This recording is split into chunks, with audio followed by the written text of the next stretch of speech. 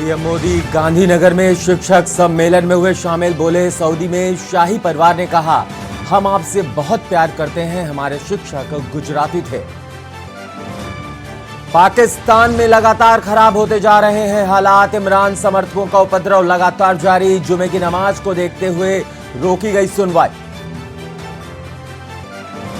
पाकिस्तान में पुलिस और पीटीआई समर्थक आए आमने सामने, इस्लामाबाद हाईवे पर समर्थकों ने किया पथराव, पुलिस ने दागे आंसू गैस के गोले।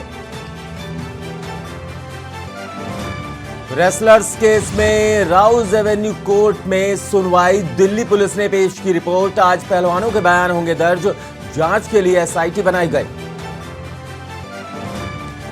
गुजरात में जजों के प्रमोशन पर सुप्रीम कोर्ट का स्टे, 68 जजों को पुराने पदों पर भेजा, इनमें राहुल गांधी को सजा सुनाने वाले हरीश वर्मा भी शामिल। निकाय चुनाव के मतगणना को लेकर जोरों पर तैयारी, सीसीटीवी कैमरे में स्ट्रांग रूम की हो रही निगरानी, कल सुबह 8 बजे से शुरू होगा मतदान। आप देख रहे हैं के न्यूज, खबरों का सारथी। नमस्कार, आप देख रहे हैं के न्यूज, मैं हूं आपके साथ उमादित्य द्विवेदी। बुलेटिन की शुरुआत करते हैं बड़ी खबर से। फर्रुखाबाद से मिल रही है, नगर पालिका की मतगणना के लिए तैयारियां पूरी, पुलिस प्रशासन ने सुरक्षा के कड़े इंतजामात किए हैं। एक कंपनी पीएसी बल किया गया तैनात, मतगणना स्थल में मोबाइल पर प्रतिबंध रहेगा, ये कहना है एसपी साहब का। मतगणना के लिए 1050 मतगणना कर्मचारी तैनात, 239 टेबलों पर होगी पालिका और नगर पंचायत की गिनती। सुबह 8 बजे सातनपुर मंडी में होगी मतगणना। नगर पालिका की मतगणना के लिए तैयारियां पूरी कर ली गई हैं। फर्रुखाबाद से बड़ी खबर, नगर पालिका की मतगणना के लिए तैयारियां पूरी, पुलिस प्रशासन ने किए हैं सुरक्षा के कड़े इंतजाम। सातनपुर मंडी को किया गया छावनी में तब्दील।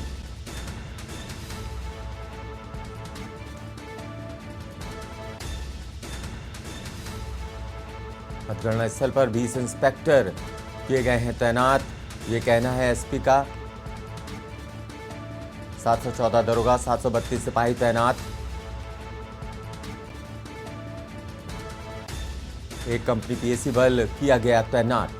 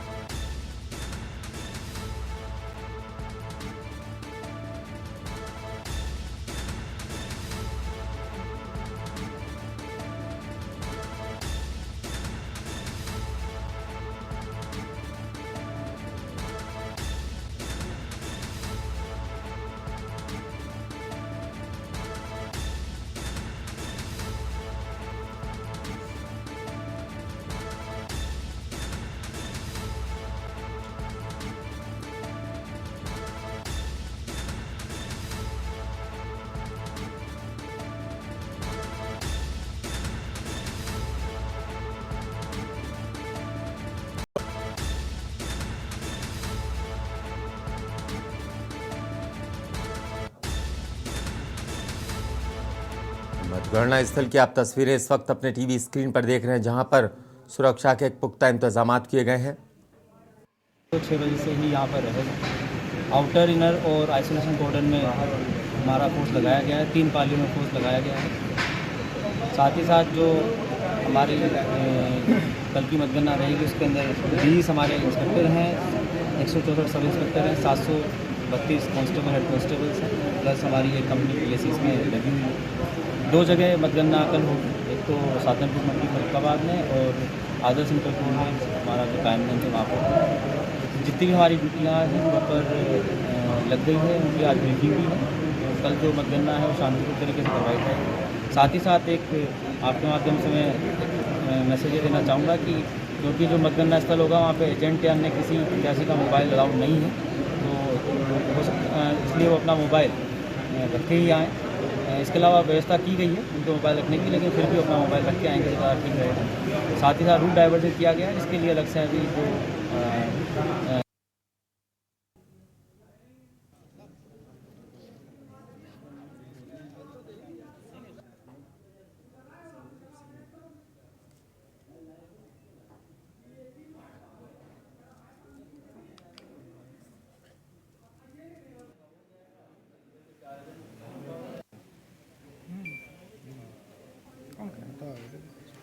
तो सातनपुर मंडी को छावनी में तब्दील कर दिया गया है मतगणना के लिए।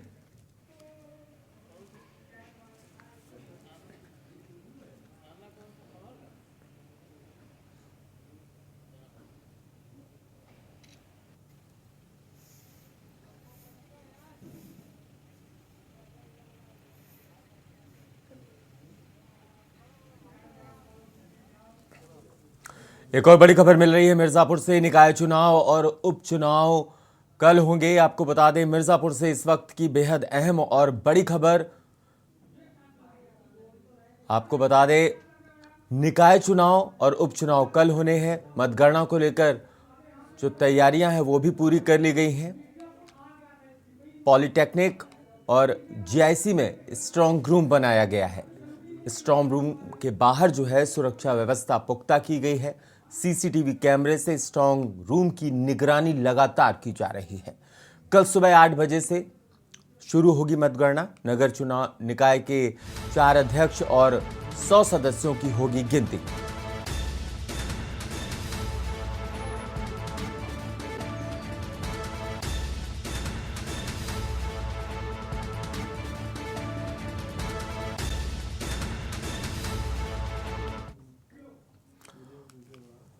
एक और बड़ी खबर आपको बता दें फर्रुखाबाद से मिल रही है। नगर पालिका की मतगणना के लिए तैयारियां पूरी कर ली गई हैं। पुलिस प्रशासन ने किए हैं सुरक्षा के पुख्ता इंतजामात। सातनपुर मंडी को किया गया है छावनी में तब्दील।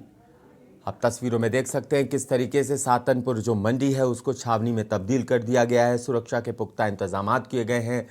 जगह जगह पुलिस बल तैनात हैं। पीएसी जो है वो भी तैनात है और ऐसे में स्ट्रांग रूम जो है उनकी सुरक्षा की जा रही है। लगातार सीसीटीवी के जरिए निगरानी की जा रही है। ड्रोन कैमरे की मदद ली जा रही है निगरानी करने के लिए।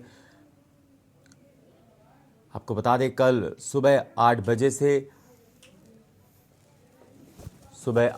से आपको बता दें जिस तरीके से मतगणना होनी है उसको लेकर के तैयारियां पूरी कर ली गई हैं।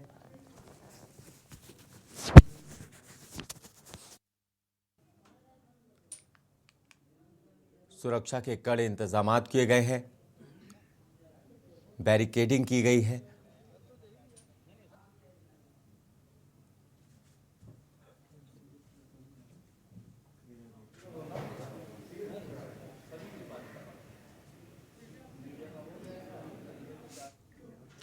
और एक और बड़ी खबर आपको बता दें मिर्जापुर से मिल रही है। मिर्जापुर निकाय चुनाव और उपचुनाव कल। आपको बता दें बड़ी खबर मिर्जापुर से मिल रही है। मतगणना को लेकर भी तैयारियां पूरी कर ली गई हैं। मतगणना को लेकर तैयारियां पूरी कर ली गई हैं। पॉलिटेक्निक और जीआईसी में स्ट्रांग रूम बनाया गया है मतगणना के लिए। स्ट्रांग रूम के बाहर सुरक्षा व्यवस्था पुख्ता कर ली गई है। सीसीटीवी कैमरे से स्ट्रांग रूम की लगातार निगरानी की जा रही है। अधिकारियों के द्वारा, सुरक्षा अधिकारियों के द्वारा कल सुबह 8 बजे से मतगणना शुरू होनी है। कल 13 मई है। कल नतीजे आने हैं। नगर निकाय के 4 अध्यक्ष और 100 सदस्यों की होगी गिनती। अध्यक्ष और सदस्यों का वार्ड वाइज जो गिनती है, जो मतदाताओं ने मत दिया है उन मतों की गिनती होगी। मतगणना को लेकर के तैयारियां पूरी कर ली गई हैं। कल सुबह 8 बजे से मतगणना शुरू होगी। पॉलिटेक्निक और जीआईसी में स्ट्रांग रूम बनाए गए हैं। स्ट्रांग रूम के बाहर सुरक्षा व्यवस्था पुख्ता कर ली गई है।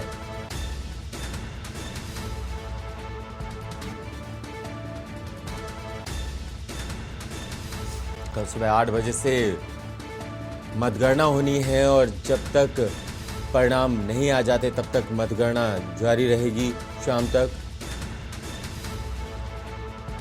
अध्यक्ष और सदस्यों की वार्ड वाइज जो मतों की गिनती है, जिससे अध्यक्ष चुने जाने हैं, जिनसे सदस्य चुने जाने हैं, उनके लिए मतों की गिनती होगी। कल मतगणना शुरू होगी सुबह 8 बजे से, और जब तक नतीजे घोषित नहीं हो जाते तब तक मतगणना जारी रहेगी, जब तक मतों की गिनती पूरी नहीं हो जाती। स्ट्रांग रूम के बाहर सुरक्षा व्यवस्था पुख्ता कर ली गई है।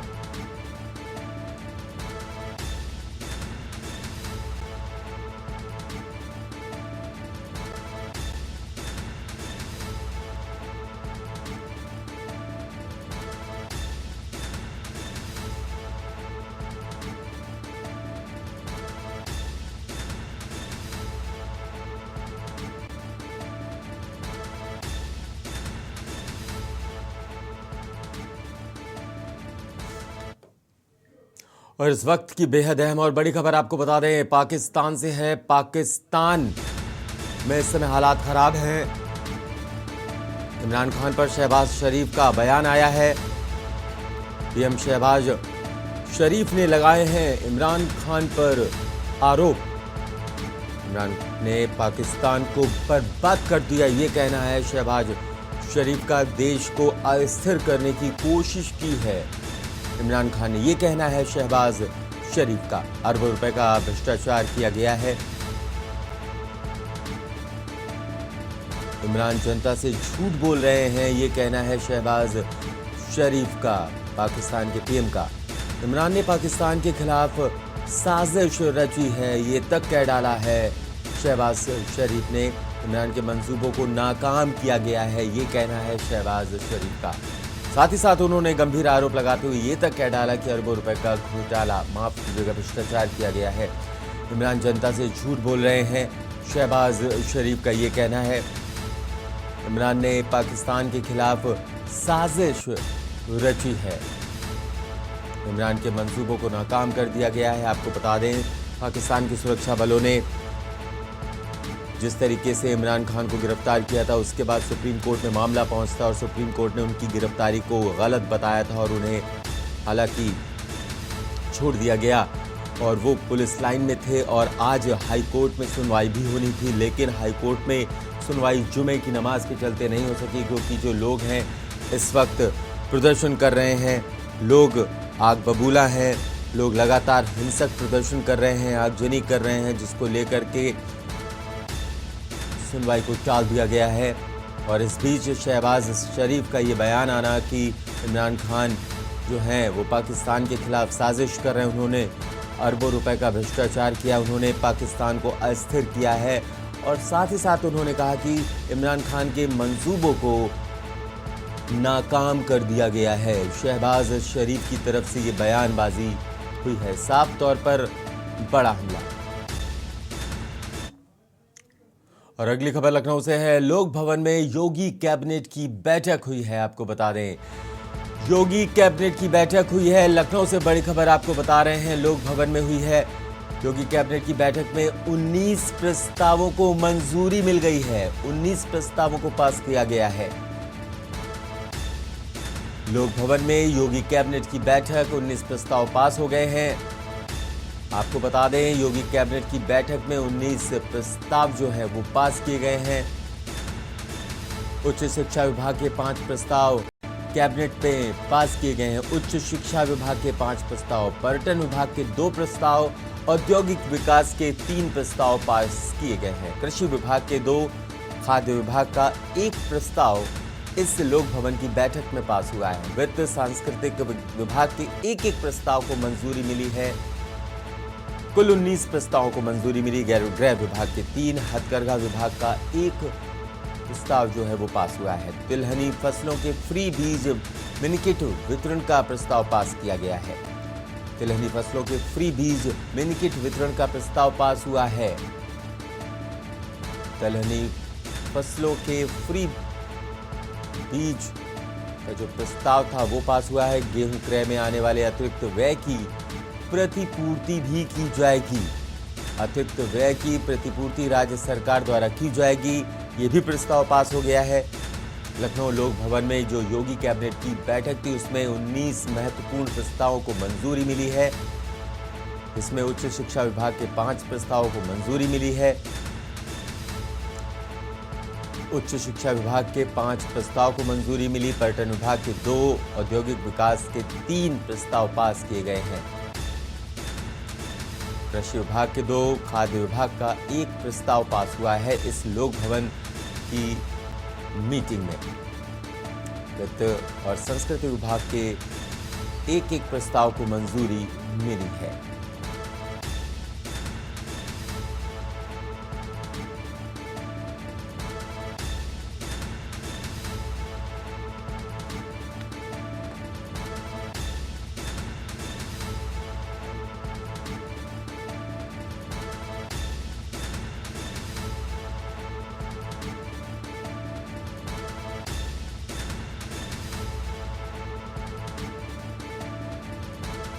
और इसी खबर पर हमारे साथ ब्यूरो चीफ लखनऊ मनीष श्रीवास्तव हमारे साथ जुड़ गए हैं। सीधा उनका रुख कर लेते हैं।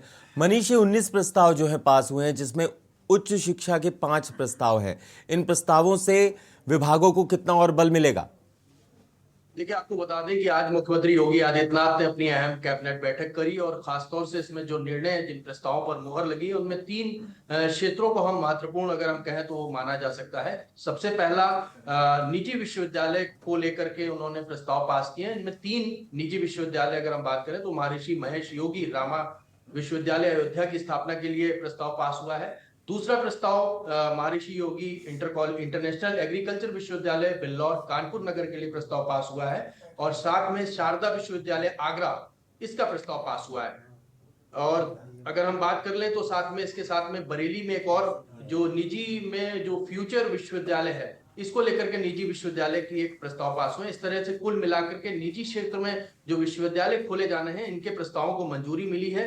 निश्चित तौर से जो योगी सरकार है वो शिक्षा को लेकर के बहुत जागरूक है कि आने वाली जो पीढ़ी है उसको बेहतर शिक्षा मिल सके और अपने अपने जिलों में ही इस तरह के विद्यालयों का स्थापना करना साफ दर्शाता है कि योगी आदित्यनाथ की मंशा किस तरह से उत्तर प्रदेश को शिक्षा के क्षेत्र में सबसे ऊपर लाने की है। दूसरा अगर हम प्रस्ताव की बात करें तो पर्यटन क्षेत्र को बढ़ावा देने के लिए भी मुख्यमंत्री ने आज मथुरा में वृंदावन विकास प्राधिकरण को कार्यदायी संस्था नामित कर दिया गया है। इसको लेकर के प्रस्ताव पास हुआ है और साथ में पर्यटन विकास सहभागिता योजना की नीति निर्धारण के लिए भी प्रस्ताव पास हुआ है।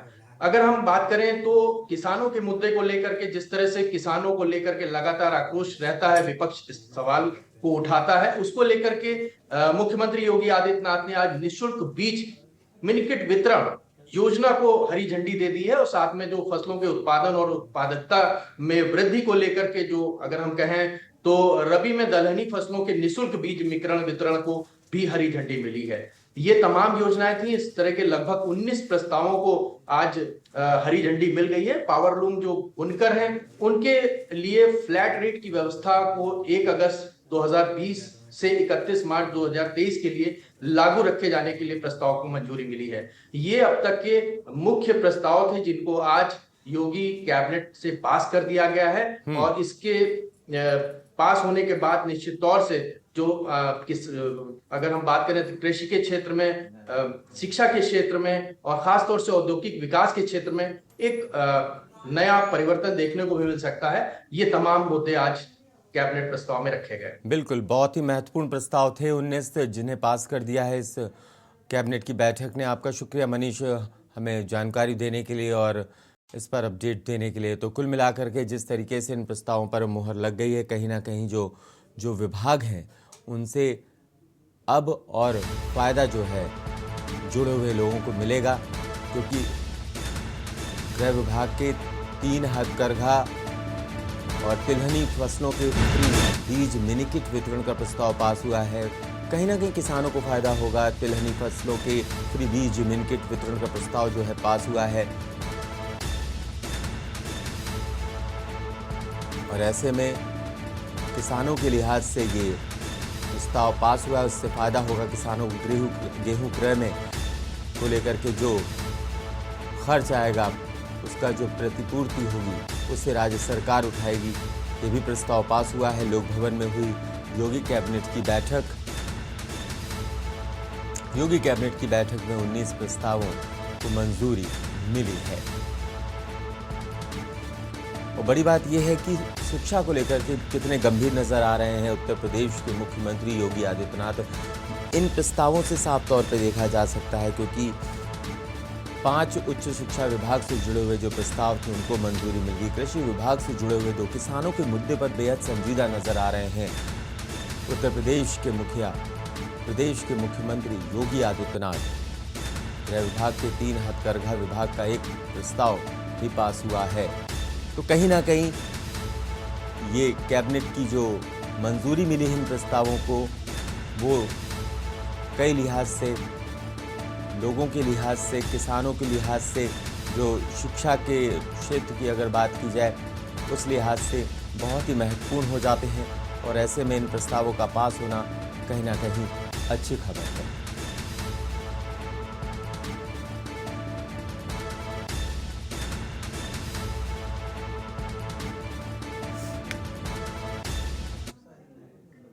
अगली खबर का रुख कर लेते हैं। दिल्ली से है। कुत्तों की काटने की समस्या पर गोष्ठी का आयोजन किया गया है। आपको बता दें, कुत्तों के काटने की समस्या पर पूर्व केंद्रीय मंत्री विजय गोयल ने रखे है विचार गोष्ठी।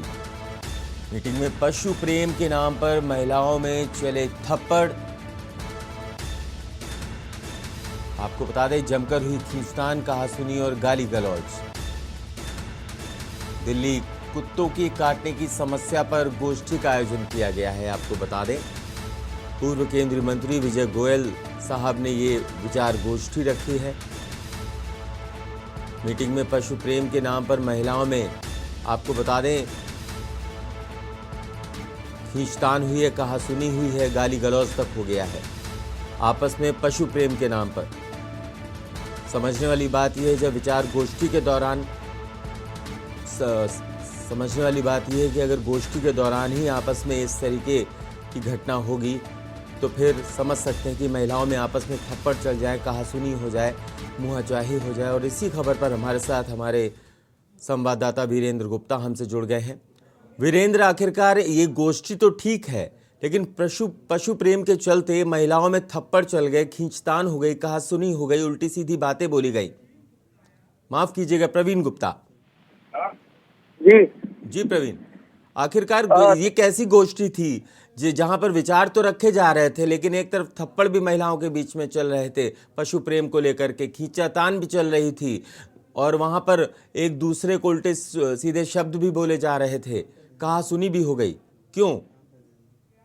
जी मैं बता दूं आपको, जो कहासुनी का मैटर था, वो कहासुनी का जो मामला है जी, वो इस चीज को लेके झड़प हो गई कि उनका कहना था कि पशु, जो आवारा पशु हैं, उनको क्या कहते हैं, पकड़ लिया जाए और उनको जो उनकी जगह है वहां भेज दिया जाए। लेकिन कुछ जो पशु प्रेमी हैं उनको ये चीज थोड़ी सी गलत लगी और उसी को लेकर उनमें कहासुनी हो गई, और फिर वहां कहासुनी गाली गलौज में बदल गई, और गाली गलौज थोड़ा सा फिर बदलते बदलते क्या कहते हैं, हाथापाई पे उतर आए।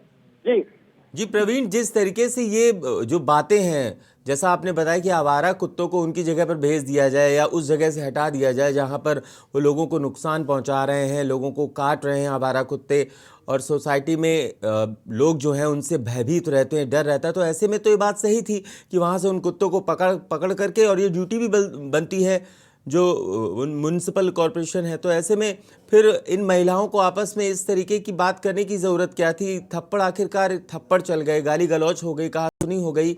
कौन महिलाएं थी, क्या नाम आप बता सकते हैं? और क्या, कैसे बीच बचाव हुआ, किसने रोका, फिर वहां पर क्या कुछ स्थिति बनी?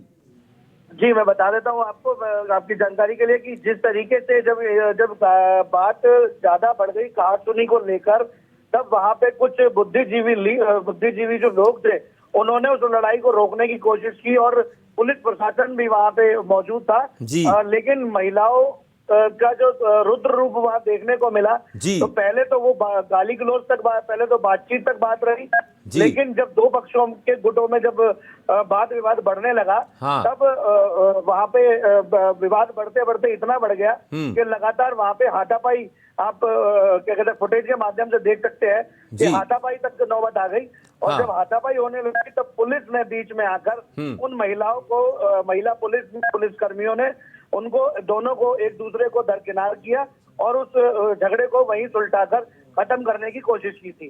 जी चलिए प्रवीण, आपका शुक्रिया इस पर तमाम जानकारी देने के लिए। तो कुल मिलाकर के वहाँ पर जो प्रबुद्ध जन थे उन्होंने और पुलिस प्रशासन के लोगों ने इस झगड़े को किसी तरह रोका और उसके बाद ये गोष्ठी जो थी वहाँ पर अपने अपने विचार भी इस दौरान रखे जाते रहे।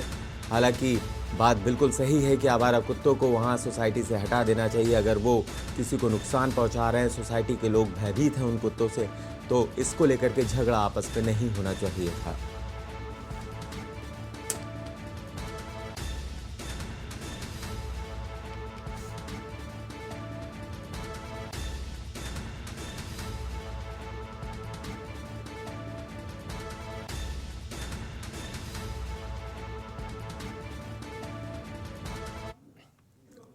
चलिए यहाँ छोटा सा ब्रेक ले रहे हैं, जल्द लौटेंगे। आप देखते रहिए के न्यूज इंडिया। आप देख रहे हैं के न्यूज, खबरों का सारथी। चलिए ब्रेक के बाद खबरों में आगे बढ़ जाते हैं। अगली खबर प्रयागराज से है, वो भी अतीक अहमद से जुड़ी हुई बड़ी खबर है। आपको बता दें, राजदार वकील खान सौल हनीफ ने खोले हैं राज। आपको बता दें बड़ी खबर है, अतीक से जुड़ी हुई है, अतीक अहमद से जुड़ी हुई है। अतीक की विदेश में संपत्ति होने की जानकारी अब मिली है। विदेश में भी संपत्ति है अतीक अहमद की। अतीक अहमद ने दुबई में एक फ्लैट भी लिया है, ये तक जानकारी हुई है। सऊदी अरब में कारोबारी के जरिए बिजनेस में लगे हैं रुपए, यानी कहीं ना कहीं शेयर प्रॉफिट चल रहा है। सारे दस्तावेज जो हैं वो खान सौलत हनीफ दुबई में रुपए लगाने के मामले में सद्दाम का नाम लिया गया। आपको बता दें वकील ने अशरफ के साले सद्दाम का नाम लिया है। जो राजदार है उसने राज उगले हैं। सद्दाम कई बार दुबई गया था, बरेली में भी कई। आपको बता दें बरेली पुलिस द्वारा सद्दाम पर 1 लाख का इनाम घोषित है। अतीक ने काली कमाई सद्दाम के जरिए दुबई में लगाई है। दुबई में पैसा इन्वेस्ट किया गया है। सद्दाम बताएगा दुबई में फ्लैट किसके नाम पर है। प्रयागराज से बड़ी खबर, अतीक अहमद से जुड़ी हुई बड़ी खबर है। राजदार वकील खान सौलत हनीफ ने खोले हैं कई सारे राज। अतीक की विदेश में संपत्ति होने की। अतीक अहमद ने दुबई में एक फ्लैट लिया है। आपको बता दें सऊदी अरब में कारोबारी के जरिए। और इसी खबर पर हमारे साथ हमारे संवाददाता राहुल मिश्रा प्रयागराज से जुड़ गए हैं। जी राहुल, क्या है ताजा अपडेट? कितने सारे राज खोल दिए हैं कि विदेश में भी अतीक का जो पैसा है वो लगा हुआ है, बिजनेस में भी पैसा लगा है, कहीं ना कहीं शेयर प्रॉफिट का जिक्र हो रहा है, दुबई में फ्लैट का जिक्र हो रहा है, सद्दाम के जरिए पैसा लगा है। क्या कुछ और ताजा अपडेट आपके पास है? क्या कुछ जानकारी आपके पास? जी आपसे बता दें कि ये खबर जो है, जो उसका वकील जो रिमांड है, रिमांड होने के बाद वो नई खोजे बता रहा है कि जो अतीक की जो काली कमाई थी वो सऊदीया में कहें और दाऊद जैसा जो इतना बड़ा बदमाश, इतना गुंडा, जो नेशनल लेवल का बदमाश, तो उसके साथ तार का जुड़ा था। तो उसके माध्यम से ये अपने पैसे को लगाया करता था और उसके बाद वो फ्लैट और उसके बाद बिजनेस, मतलब वो अपने इंडिया की कमाई वो बाहर देशों में भी लगाया था, जिसके कारण अब वो वकील जो इनका वकील है वो वकील सारी खुलासा धीरे कर रहा है। और करने के बाद आज हो सकता है कल और, लेकिन रोज खुलासा करता है, रोज नए नए खुलासे होते हैं।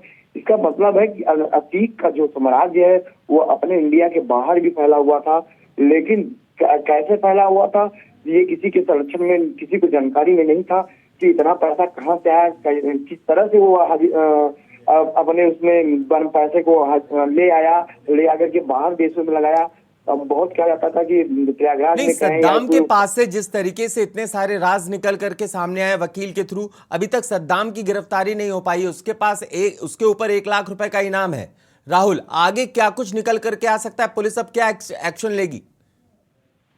ये जो हनीफ जो उनका वकील है, जो उसी के माध्यम से चल रहा है। जो सद्दाम अभी पकड़ा नहीं गया, सद्दाम इनका राइट हैंड तो ऐसे ही उर्दू मुस्लिम के बाद इसी की बताया जा रहा है कि सद्दाम ही है, पर लेकिन अभी तक वो पकड़ा नहीं गया है। पुलिस क्या है, पुलिस शिकंजा कस रही है हाँ। अब हो सकता है इसी के जानकारी से जो हनीफ इनका वकील है, हाँ। यही बताए। कुछ न कुछ नए नए क्लू जो मिल रहा है, जी। जो आज प्रशासन को मिल रहा है, ये हनीफ के बिल्कुल जरिए नए मिल नए रहा है। क्लू मिल रहे हैं, उसी के थ्रू पुलिस अब आगे एक कदम बढ़ा रही। राहुल, आपका शुक्रिया इस पर तमाम जानकारी देने के लिए।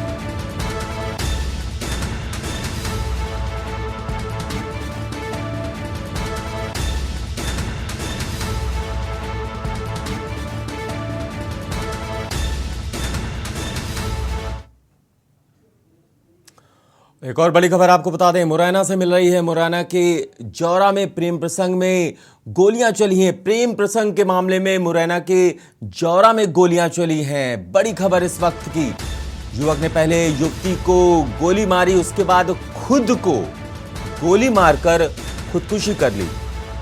तो जिस तरीके से आपको बता दें, ये खबर सामने आई है, एक प्रेमी ने अपनी ही प्रेमिका को गोली मारी, उसके बाद खुद को गोली मारकर अपनी जीवन लीला उसने समाप्त कर ली।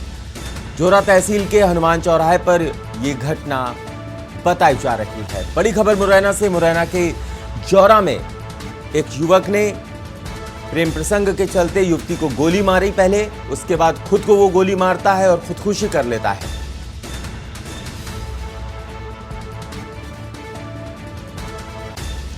जौरा तहसील के हनुमान चौराहे पर यह घटना हुई है। मुरैना से बड़ी खबर, मुरैना के जौरा में प्रेम प्रसंग में गोली चली है। आपको बता दें, युवक ने पहले युवती को गोली मारी, फिर खुद को गोली मार के अपनी जीवन लीला समाप्त कर ली। पूरा मामला प्रेम प्रसंग का बताया जा रहा है।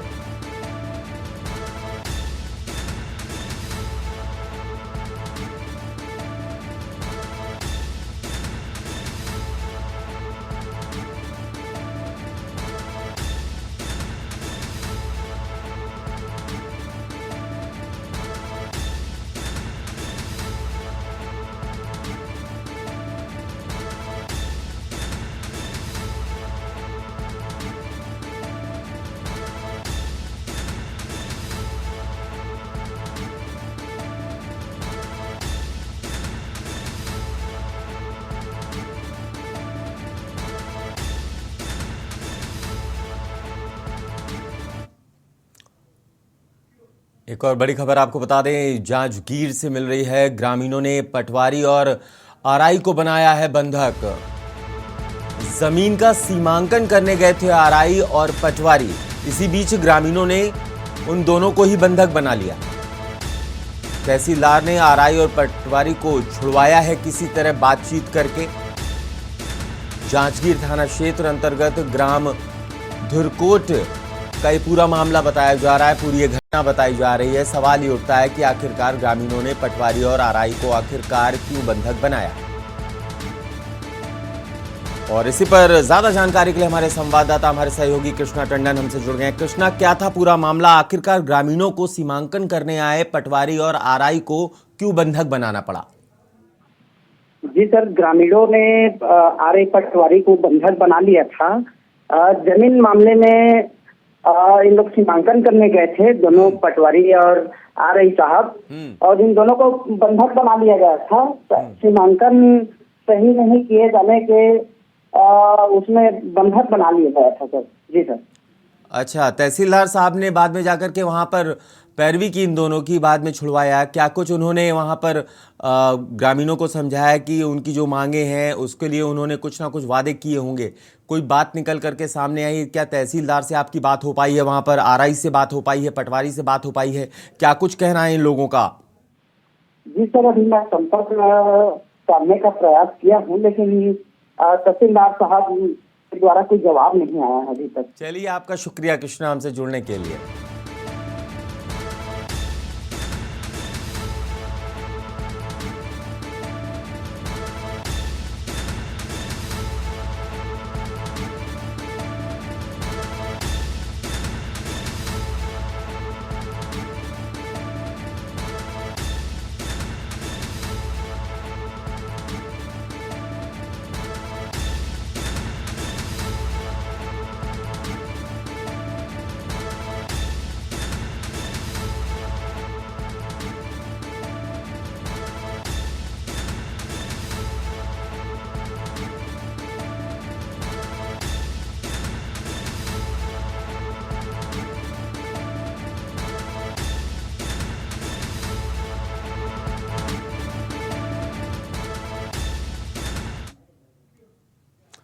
अगली खबर का रुख कर लेते हैं। रायबरेली से मिल रही है। घर जा रहे बच्चों पर केमिकल पड़ा है। घर जा रहे बच्चों पर केमिकल पड़ा है। स्कूल से बच्चे घर जा रहे थे। आपको बता दें, बड़ी खबर रायबरेली से इस वक्त की। बच्चे स्कूल से घर जा रहे थे, इसी बीच उन पर केमिकल आ गिरता है। बच्चों पर पड़ा आभूषण साफ करने का केमिकल। आपको बता दें, जिससे सोने के जेवरात, चांदी के जेवरात साफ किए जाते हैं, वो जो केमिकल होता है, हालांकि उसे वो तेजाब नुमा ही होता है, और वो बच्चों पर गिरा है। आभूषण की दुकान में बैठे बच्चे ने बाहर फेंका केमिकल। स्कूली बच्चों के सामने आ जाने पर बच्चों पर वो रसायन जो था, वो केमिकल था, वो गिर गया। केमिकल पड़ने से 4 बच्चे घायल बताए जा रहे हैं। 2 को उपचार के बाद डिस्चार्ज किया गया, लेकिन 2 जो बच्चे हैं वो अभी भी अस्पताल में हैं, उनका इलाज जारी है। अस्पताल में डिप्टी एसपी ने बच्चों का हालचाल लिया है।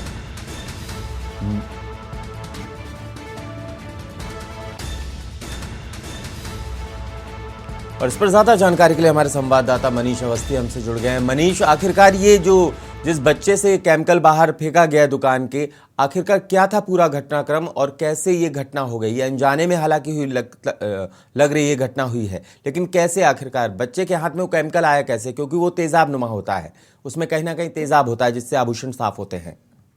जी बिल्कुल, बात करें तो ये पूरा मामला मील एरिया थाना क्षेत्र के अंतर्गत एक हरदासपुर आता है, जो एक छोटा कस्बा माना जाता है। वहां पर एक शंकर नाम की आभूषण की दुकान थी, ज्वेलर्स की दुकान थी। वहां पर उस जो मकान बना हुआ था, जिसका मकान था शंकर का, वही उसकी दुकान भी थी। और उसी का एक बच्चा था, मासूम बच्चा, जिसकी उम्र लगभग 4 से 5 साल बताई जा रही है, वो भी वहीं टहल रहा था। और ये जो आभूषण साफ करने वाला रसायन है, ये वहीं रखा हुआ था। उस बच्चे की समझ में आया कि ये पानी है, तो उसने उस रसायन को उठाकर रोड की तरफ फेंक दिया, जहां पर 4 बच्चे जो स्कूल से लौटकर अपने घर जा रहे थे, वो रसायन उनके ऊपर गिर गया, जिससे 4 बच्चे झुलस गए। फिलहाल आनंद फानंद उन 4 बच्चों को जिला अस्पताल पहुंचाया गया और 2 को नॉर्मल देखते हुए उनको डिस्चार्ज कर दिया गया कि 2 बच्चों पर 2-4 बूंदें ही पड़ी थी। फिलहाल 2 बच्चों के चेहरे बुरी तरह से झुलस गए हैं और उनको जिला अस्पताल में एडमिट कर लिया गया है और उनका उपचार कराया है। इसकी सूचना जैसे ही पुलिस को लगी, मौके पर यहाँ की जो सीओ सिटी है वंदना सिंह और फॉरेंसिक टीम भी वहां पर पहुंची और बैरिकेडिंग करने के बाद पूरे साक्ष्य जुटाए वहां पर। और जो वहां का शंकर ज्वेलर्स का जो मालिक है, फिलहाल वो मौके पर नहीं मिला है। पुलिस उसकी भी जांच पड़ताल कर रही है, पूछताछ कर रही है। अब क्या तथ्य निकल के सामने आते हैं, ये जांच रिपोर्ट के बाद ही मालूम हो पाएगा। जी, आपने जो विजुअल्स भेजे हैं उसमें साफ तौर पे देखा जा सकता है बच्चे का जो हाथ है वो झुलसा हुआ नजर आ रहा है, चेहरा झुलसा है। 2 बच्चे गंभीर बताए जा रहे हैं जिनका भी इलाज चल रहा है। उनकी क्या कुछ स्थिति, क्या कुछ डॉक्टर्स का कहना है, वो खतरे से बाहर हैं, उसके बारे में कुछ जानकारी दें। बिल्कुल, बात करें तो जिस समय ये जो बच्चे 4 बच्चे झूलते थे, उनको यहाँ का जो डिस्ट्रिक्ट हॉस्पिटल यानी जिला अस्पताल है, वहां पर एडमिट किया गया था। फिलहाल वहां पर जो तैनात डॉक्टर है अतुल पांडे, वो मौके पर थे। उन्होंने 4 बच्चों का चेकअप किया और 2 बच्चों को डिस्चार्ज कर दिया। 2 बच्चों के चेहरे और हाथ झुलस गए हैं और डॉक्टर का मानना है कि बच्चे के जो चेहरे झुलसे हैं, उनको जो हमारे यहाँ सर्जन है वो उनका उपचार कर रहे हैं और उनका उपचार कंटिन्यू चलता रहेगा। फिलहाल वो खतरे से बाहर है, खतरा उनके ऊपर नहीं मंडरा रहा, लेकिन चेहरे बुरी तरीके से खतरे से बाहर है, लेकिन चेहरे और हाथ झुलस जरूर गए। आपका शुक्रिया मनीष, हमसे जुड़ने के लिए, इस पर तमाम जानकारी देने के लिए।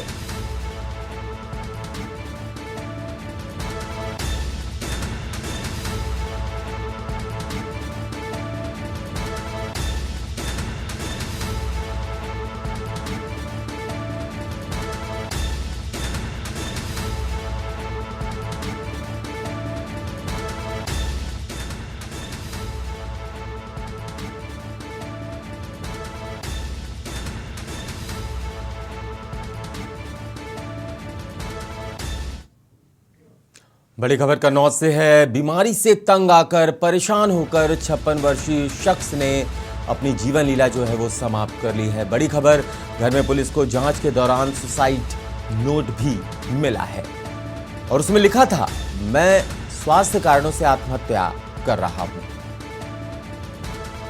पुलिस ने विवेक भदौरिया के शव को कब्जे में ले लिया। आपको बता दें, कन्नौज से बड़ी खबर, 56 वर्षीय शख्स ने आत्महत्या कर ली है बीमारी के चलते। घर में पुलिस को जांच के दौरान एक सुसाइड नोट भी बरामद हुआ है और उसमें साफ तौर पे लिखा था कि वो स्वास्थ्य कारणों के चक्कर में आत्महत्या कर रहे हैं। पुलिस ने विवेक भदौरिया के शव को कब्जे में ले लिया। कन्नौज से बड़ी खबर, बीमारी से परेशान होकर तंग आकर एक 56 वर्षीय व्यक्ति ने अपनी जीवन लीला जो है वो समाप्त कर ली। पुलिस को जांच के दौरान एक सुसाइड नोट भी बरामद हुआ है।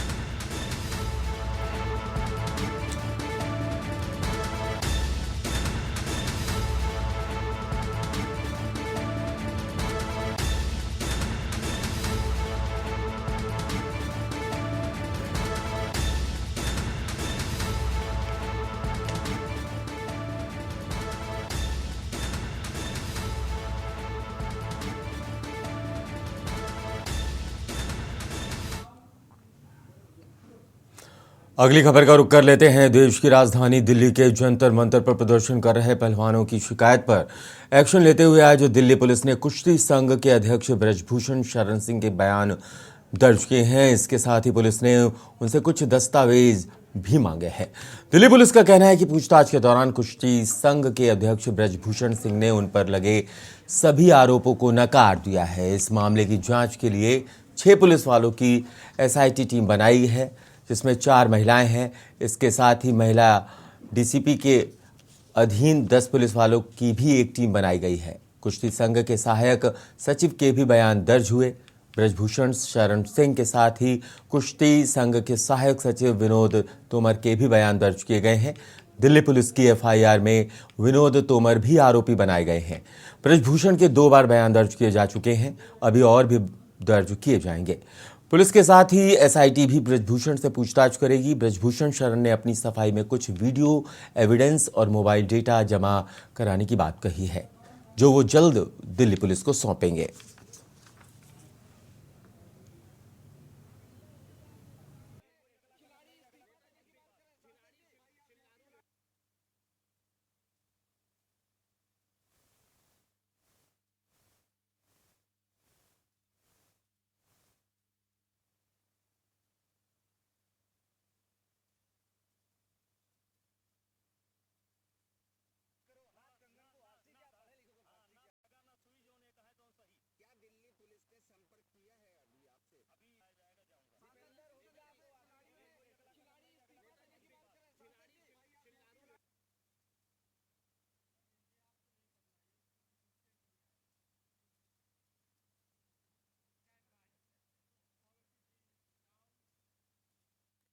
चलिए आगे बढ़ते हैं। महाराष्ट्र राज्य बाल हक संरक्षण आयोग में महाराष्ट्र के किसी भी बच्चे का शिक्षा से वंचित तो नहीं किया जाएगा।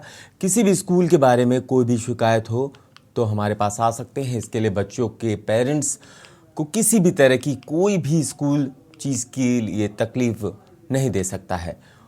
उन्होंने हमें बताया कि मैं शिक्षा मंत्री केसरकर जी से बात करूंगी। हर वो संभव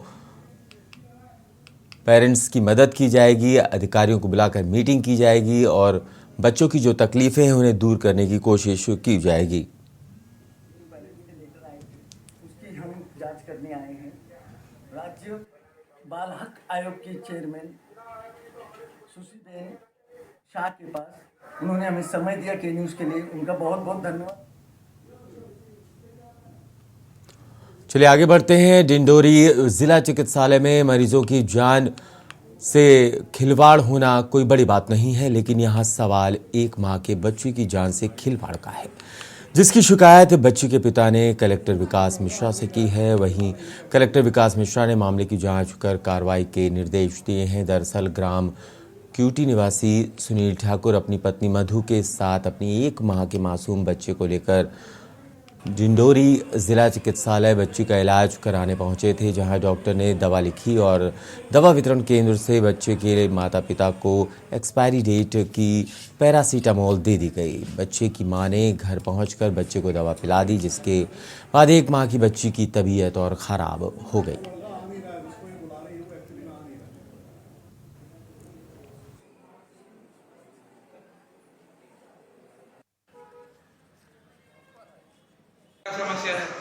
कल अस्पताल आया था इलाज कराने बच्चे का, और मतलब यहाँ पे आके इलाज करवाया तो डॉक्टर साहब इलाज भी नहीं किए, दवाई लिख के दे दिए। और दवाई मतलब जाके देने में 10 दिन कहते तो हम लोग खर्चा ले गए, घर में जाके दवाई दिए, और जैसे ही दवाई दिए तो बच्चे तबियत और ज़्यादा बिगड़ने लगा। जैसे बिगड़ रहा तो मैं एक्सपायर डेट देखा उसमें, तो एक्सपायर डेट उसका नहीं हुआ, खत्म हो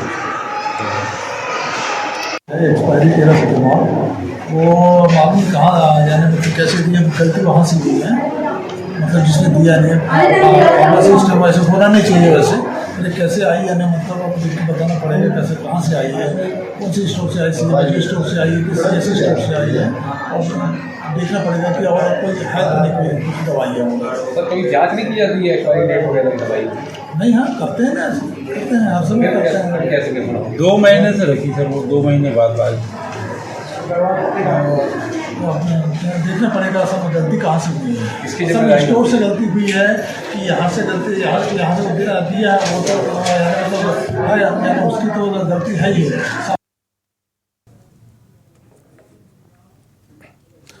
रतलाम जिले के जावरा से 16 किलोमीटर दूर बड़ावदा टप्पा तहसील का बताया जा रहा है मामला, जहां होटल संचालक का चालान बनाने गए नायब तहसीलदार मगेंद्र सिसोदिया, जो कि बड़ावदा टप्पा में नायब तहसीलदार एवं प्रभारी मुख्य नगर पालिका अधिकारी नगर परिषद बड़ावदा के पद पर पदस्थ हैं, स्वच्छता अभियान के अंतर्गत बालाजी रेस्टोरेंट पर अपने दल के साथ पहुंचे, जहां डस्टबिन नहीं है, रोड तक गंदगी फैली हुई थी, वहीं सिंगल यूज प्लास्टिक का इस्तेमाल कर रहा था, जिस पर चालानी कार्रवाई करने पर रेस्टोरेंट संचालक भड़क गया और गाली गलौज करने लगा।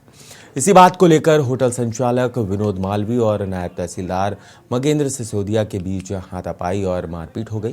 तहसीलदार के चेहरे और गर्दन पर चोट के निशान आए। होटल संचालक और उसके भाइयों के खिलाफ शासकीय कार्य में बाधा और अन्य धाराओं में मामला थाने में दर्ज हुआ, जिसमें पुलिस ने नायब तहसीलदार की शिकायत पर मामला दर्ज कर 3 आरोपियों को गिरफ्तार कर लिया गया, जिनको आज कोर्ट में पेश किया जाएगा।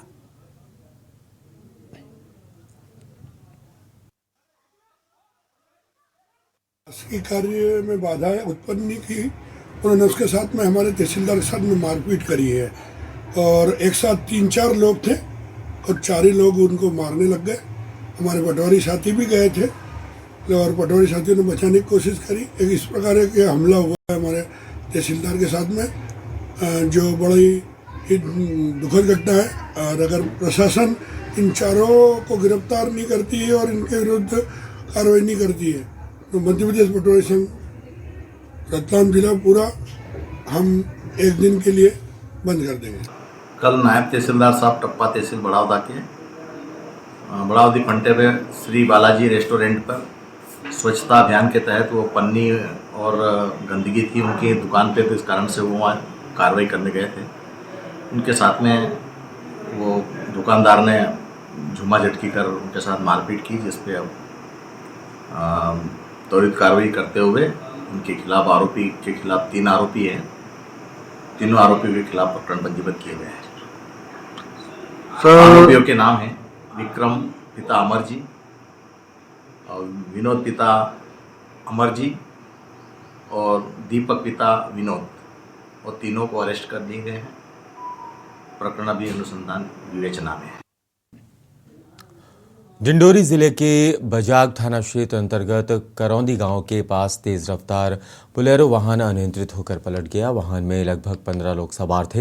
हादसे में 11 लोग गंभीर रूप से घायल हो गए। दुर्घटना में मां और 3 साल के बेटे की मौके पर ही मौत हो गई। जानकारी के मुताबिक देर रात लगभग 3 बजे सगाई कार्यक्रम करने के बाद सभी लोग वहारपुर लौट रहे थे। इसी बीच करौंदी गांव के पास तेज रफ्तार बोलेरो वाहन अनियंत्रित होकर पलट गई, जिसमें 11 लोग गंभीर रूप से घायल और 2 लोगों की मौके पर ही दर्दनाक मौत हो गई। सभी घायलों को एम्बुलेंस वाहन पायलट ललित सरीवन एवं बजाग पुलिस की मदद से बजाग प्राथमिक स्वास्थ्य केंद्र में भर्ती कराया गया, जहां पर सभी घायलों का प्राथमिक उपचार करने के बाद घायलों को जिला चिकित्सालय डिंडोरी रेफर किया गया, जहां पर सभी घायलों का उपचार जारी है। वहीं इस घटना की पूरी जांच करने में पुलिस जुटी हुई है।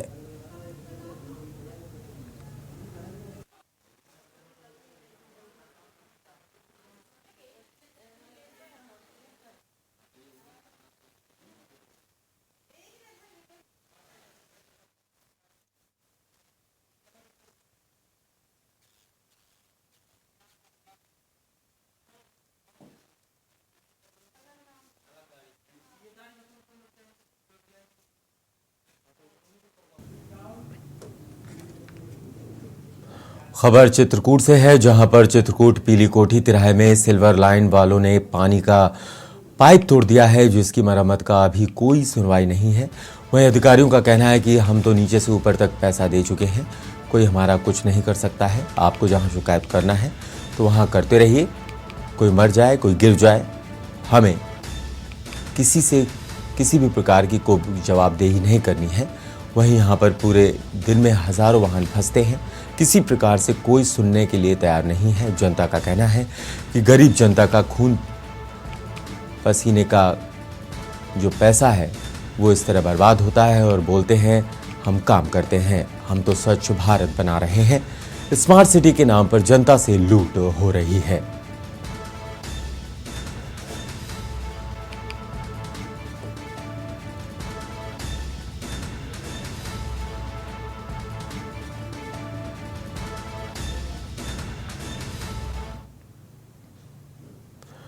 खबर जबलपुर से है, जहां पर उत्तर मध्य विधानसभा के शहीद अशफाक उल्ला खां वार्ड में राज्यसभा सांसद विवेक तनखा द्वारा बोरिंग का निर्माण कराया गया।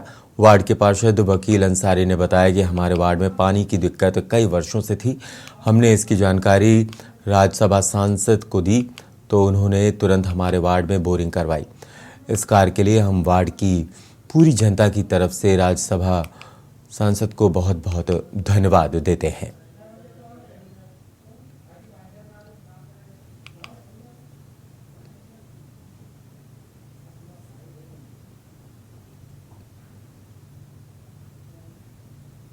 मेरे पास शब्द नहीं है माननीय तनखा जी का शुक्रिया अदा करने का।